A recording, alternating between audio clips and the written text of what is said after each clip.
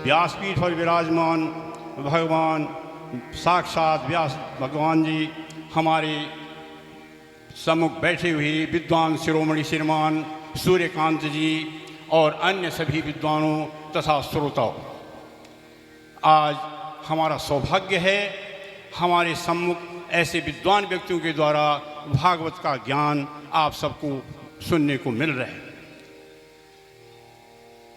आज के समय में कथावाचक नाना प्रकार से अनेक आ रहे हैं, जगह जगह भागवत की कथाएं हो रही हैं, पर अधिकतर वहाँ पर व्यास भगवान की अपेक्षा कथावाचक उपस्थित होते हैं। कथावाचक लोग आते हैं, व्यासों की आजकल बहुत कमी है। मैं साक्षात व्यासपीठ के सम्मुख बैठ के कह रहा हूँ, मैं जब यहाँ पर 31 तारीख को आया मैंने भी यही देखा था कि देखूँगा हमारे व्यास जी साक्षात व्यास हैं या कथावाचक हैं। आप लोगों का सौभाग्य है रुड़की वासियों का, और हमारे जो वाचस्पति जी हैं उनके मन में ऐसा जो इस भागवत कथा का जो आयोजन करने के लिए उनको सुमित्रा देवी जो पवित्र आत्मा हैं उन्होंने ऐसे प्रेरणा दी। उस प्रेरणा स्वरूप उन्होंने जो ये आयोजन किया उसमें जो साक्षात भगवान रूप में व्यास जी उपस्थित हैं वे वास्तव में कथावाचक नहीं हैं, वो साक्षात भगवान व्यास हैं। अब आप कहोगे कि व्यास जी में और कथावाचक में क्या अंतर है? ध्यान से सुनिए। कथावाचक जो होता है उसकी जो जिह्वा से शब्द आते हैं वो ब्रह्मांड से आते हैं, बुद्धि से आते हैं, और बुद्धि से जिह्वा से बाहर आप तक पहुंचते हैं। किंतु जो भगवान व्यास होते हैं उनके शब्द हृदय से आते हैं और हृदय से फिर जिह्वा से आप तक पहुंचते हैं। जो शब्द आपको बुद्धि से आते हैं वो आपकी बुद्धि तक ही रहते हैं, और जो हृदय से आते हैं वो आपके हृदय तक पहुंचते हैं। और भगवान ने स्वयं कहा है कि हे अर्जुन हृदय से अर्जुन तिष्ठति, हे अर्जुन मैं हर मनुष्य के हृदय में निवास कर रहा हूँ। भगवान स्वयं कह रहे हैं गीता में कि मैं हर मनुष्य के हृदय में बैठा हूँ, इधर उधर मत देखो। तो भगवान व्यास जी के द्वारा जो साक्षात उनके हृदय से विचार आ रहे हैं, आप देख रहे होंगे कि उनके जो विचार आपके सम्मुख आते हैं वो साक्षात उनके हृदय से आ रहे हैं और वो आपके हृदय तक जा रहे हैं। वही साक्षात व्यास हैं। और व्यास नहीं तो कथावाचक, आज के समय में आपने देखा कहीं भी भागवत होता है तो व्यास जी 3 बजे उपस्थित होते हैं, साक्षात अचानक वहाँ प्रकट होते हैं और 3 घंटे बैठ करके वो जो भी कथा आपको कहनी कही और सुना के चले जाते हैं। हमारे भगवान व्यास देव जी सुबह प्रातःकाल 7 बजे से और 11 बजे तक तो उस भागवत स्वयं भागवत का पारायण करते हैं यहाँ पर, और भागवत का पारायण होना ही आवश्यक है। ये कथाएं तो आप हर जगह सुनते हैं, और कथावाचक वो हैं जैसे आप टेलीविज़न में देखते हैं, उनकी कथा सुनने से आपको ज्ञान का प्राप्त नहीं होता। जो आप यहाँ पर ज्ञान प्राप्त कर रहे हैं, आपने उस पहले दिन भक्ति ज्ञान और वैराग्य के विषय में सुना होगा। भक्ति ज्ञान के और वैराग्य के विषय में जब आपको भक्ति आएगी तो भक्ति से ज्ञान होना चाहिए और उसके बाद विराग आना चाहिए। लेकिन हमारे अंदर भक्ति तो बहुत है लेकिन हमें ज्ञान प्राप्त नहीं होता। ज्ञान के लिए इस प्रकार के विद्वानों के द्वारा सुनना, जो ज्ञान है उसको ग्रहण करो। और आप सबका रुड़की वासियों का सौभाग्य है कि वे निरंतर यहाँ आ रहे हैं और आपको ज्ञान दे रहे हैं, और आगे भी उन्होंने बताया कहाँ कहाँ पहुँचेंगे।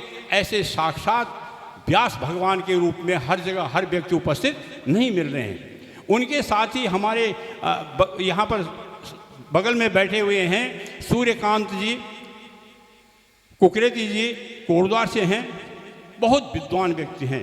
प्रातःकाल वो 3 घंटे 4 घंटे जो पूजा होती है, असल में जो भागवत कथा है वही पूजा है। जो प्रातःकाल पूजा होती है जिसमें संपूर्ण देवताओं का आह्वान होता है, संपूर्ण पितरों का आह्वान होता है, उनके मुखार बिंद से जब वो उच्चारण होता है, वेद मंत्र ऐसे आते हैं मानो गंगा बह रही है, निरंतरता से बहती है। कल प्रातः आना, उनके मुखार बिंद से आप देखना कितने वो यहाँ पर कितनी कला संपन्न है। उसके बाद वो यहाँ पर बैठते हैं, ये ध्वनि यंत्र का प्रयोग करते हैं। आप प्रातःकाल उनके मुखार बिंद से भी मंत्रोच्चारण सुनना, समस्त ज्ञान उनके ब्रह्मांड में है और वो किस तरह से मंत्रोच्चारण करते हैं, मुझे बहुत आनंद आता है। मैं जब यहाँ आया था, मैं अपने साक्षात यहाँ पर व्यासपीठ में कह रहा हूँ, मुझे लगा था अगर कथावाचक लोग होंगे तो शायद वो कथाएं तो सबने सुनी है, लेकिन जो हृदय से आदि व्यास मुख से जो वाणी होती है उसको सुनना हर किसी के भाग्य में नहीं है। आप बहुत सौभाग्यशाली हैं, ऐसे ऐसे व्यक्ति आपके साथ हैं। भगवान व्यास जी आपको पारलौकिक, अलौकिक, पारमार्थिक कथाएं सुना रहे हैं। कुछ थोड़ा बहुत आपको भी सांसारिक सुनना चाहिए। मैं छोटी सी एक कथा सुना देता हूँ, आपने क्या ले जाना है, छोटी सी है, मैं ज़्यादा समय नहीं लूँगा। हालांकि अगर वैसा समय होता तो एक बार की बात है। ज्ञान कैसा होता है आपको सुना रहा हूँ। आपने 7 दिन यहाँ इतना सुन लिया, 6 दिन सुन लिया, 7वें दिन में सुनोगे। क्या सुना, क्या लेना है। एक सेठ जी थे, बहुत बड़े सेठ जी थे, वो बहुत भक्त थे। हर वर्ष भागवत का पारायण कराते थे गुरुजी, नित्य हर वर्ष भागवत का पारायण कराते थे। व्यापार था बहुत अधिक। उनकी पत्नी भक्तन थी, बहुत भक्तन थी। वो हमेशा कहती थी पारायण कराइए। निरंतर हर वर्ष भागवत होता था, लेकिन सेठ जी को भागवत में जाने का समय नहीं मिलता था। वो सदा अपने व्यापार में लगे रहते थे। एक बार की बात है, उनकी सेठानी ने कहा कि आप निरंतर इतना भागवत कराते हो, एक दिन पहुंच जाओ। उनका व्यापार इतना था, आखिर एक दिन सेठानी के कहने से उन्होंने, मैं बहुत शीघ्रता से कह रहा हूँ, इतना समय नहीं लूँगा, सेठानी के कहने से एक दिन उन्होंने सोचा कल मैं अवश्य जाऊँगा। वे प्रातः काल उठे, अपने व्यापार में सुबह सुबह चले गए, रात को कम सोए, सुबह ही 4 बजे उठे, व्यापार वहाँ निपटाया और वापस 3 बजे जो कथा होनी थी, 3 बजे के लिए वहाँ पहुँचना था उनको। अब अभी जैसे हमारे गुरु लोग आते हैं, यहाँ ध्वनि यंत्र प्रयोग करते हैं, गुरु जी ने आना था। वो जैसे ही आप लोग बैठे थे, सेठ जी कभी आते नहीं थे, जैसे ही वो वहाँ पहुँचे तो सभी लोगों ने उनसे कहा आइए आइए आइए। अब वो आकर के जब वो पहुँचे, थोड़ी देर में गुरुजी आए, इधर ध्वनि यंत्र शुरू हुआ, सब ने बोला बैठिए बैठिए। उनसे आइए बैठिए बोला, वो बैठ गए। इतने में जैसे संगीत प्रारंभ हुआ, गुरुजी अभी बैठे ही थे, उन्होंने कथा प्रारंभ करनी थी, उससे पहले सेठ जी को नींद आ गई। नींद क्यों आई? कि वो अगली रात, पहली रात सोए नहीं थे, दूसरे दिन सुबह चले गए, थके हुए थे। ध्यान से सुनना, सो गए वो। 3 घंटा कथा हुई, व्यास जी ने कथा पूर्ण कर दी, व्यास जी भी चले गए, सभी चले गए, संगीतज्ञ सब चले गए। वहाँ पर सिर्फ वो रह गए जो हमारे अभी आते हैं पीछे, उठते हैं, वो तुरंत उठाते हैं ना। एक यहाँ पर भी है, वो उठने से पहले वो पीछे से गद्दे उठाने शुरू कर देते हैं। अब सेठ जी सोए हुए हैं, किसी की हिम्मत नहीं सेठ जी को बोले कि आप उठ जाओ। वो सोए हुए रहे, क्योंकि उनके द्वारा ही वो कथा होती थी, निरंतर हर वर्ष होती थी। सब चले गए, वो एक ही व्यक्ति रह गया जिसने वो दरी चादर उठानी थी।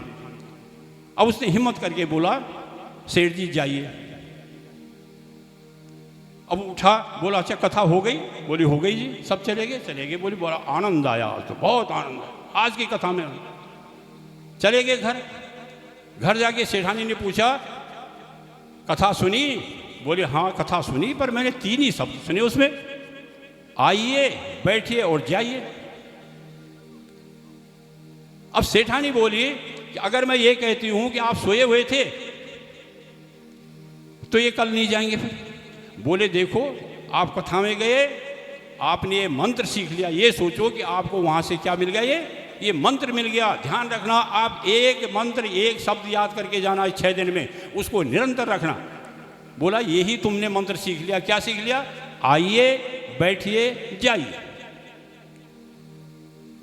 वो रात्रि में भोजन किया, सोने को चले गए अपने कमरे में। सेठ जी सोए, अब नींद ही ना आया उनको। नींद क्यों नहीं आ रही थी?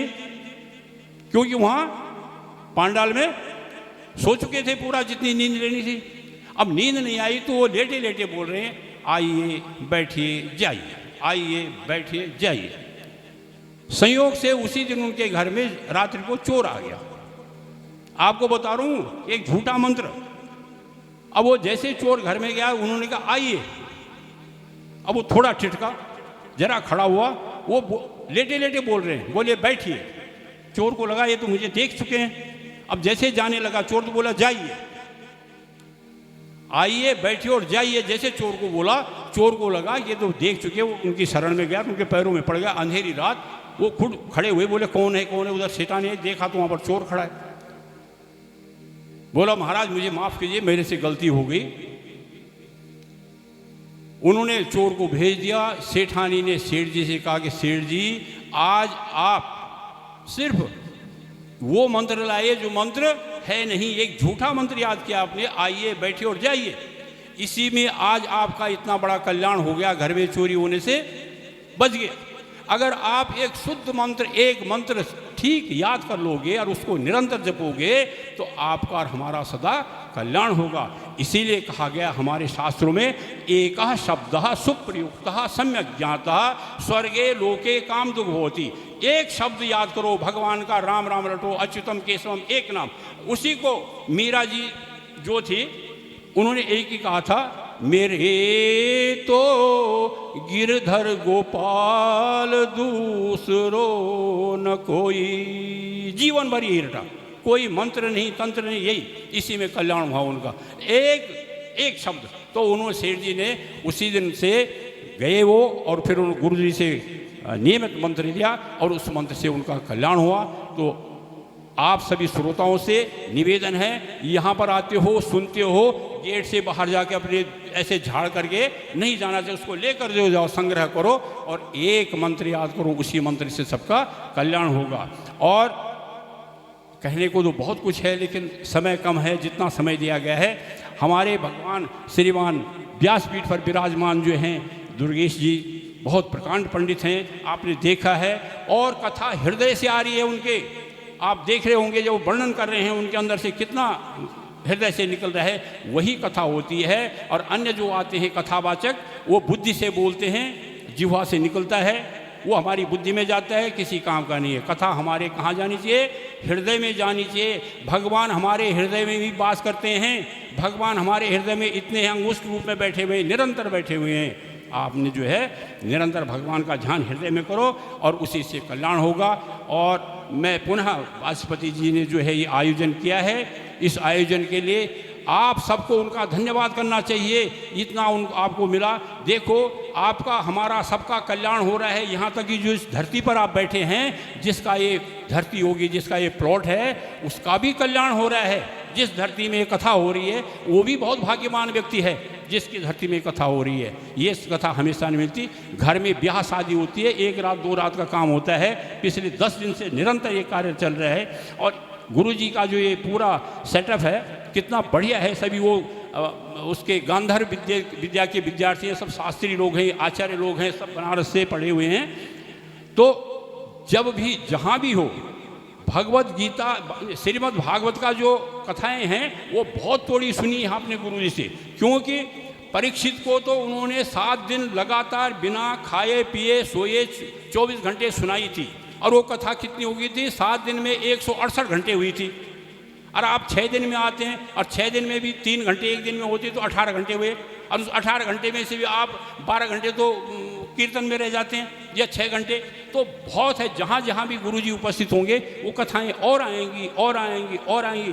जिस तरह से हम निरंतर भोजन करते हैं, अगले दिन हमको भूख लगती है, हम पानी पीते हैं, फिर प्यास लगती है, उसी प्रकार ये ज्ञान की प्यास आपके अंदर होनी चाहिए और निरंतर इस ज्ञान को आपको आगे लेना चाहिए। और पुनः मैं अब गुरुओं का धन्यवाद करता हूँ। और वाचस्पति जी ने जो आयोजन किया है सुमित्रा देवी के उपलक्ष्य में, भगवान उनको मुक्ति देगा, सदगति देगा। संपूर्ण कहते हैं भागवत की कथा से 21 पीढ़ियों का भला होता है। 21 पीढ़ियों का, एक पीढ़ी तो वो है जो कर रही है, और 10 पीढ़ी पहले और 10 पीढ़ी आगे आने वालों का भला होता है। उन्होंने वाचस्पति जी ने अपने कुल का जो है ये कल्याण करने के लिए, ये जो उनको भगवान ने उनको सद्बुद्धि दी और उन्होंने कल्याण किया। देखो धन से कुछ नहीं होता, धन तो सबके पास, उनसे अधिक कई लोगों के पास धन होगा, धन से नहीं होता। ये जब भगवान सद्बुद्धि देता है, प्रेरणा मिलती कहीं से, तभी ऐसे जो आयोजन होते हैं वो आयोजन हो पाते हैं। और पुनः मैं अपने गुरुओं का, जो हमारे पास बैठे हैं, गुरु जी दिल्ली से आए हुए हैं, द्वारका में रहते हैं,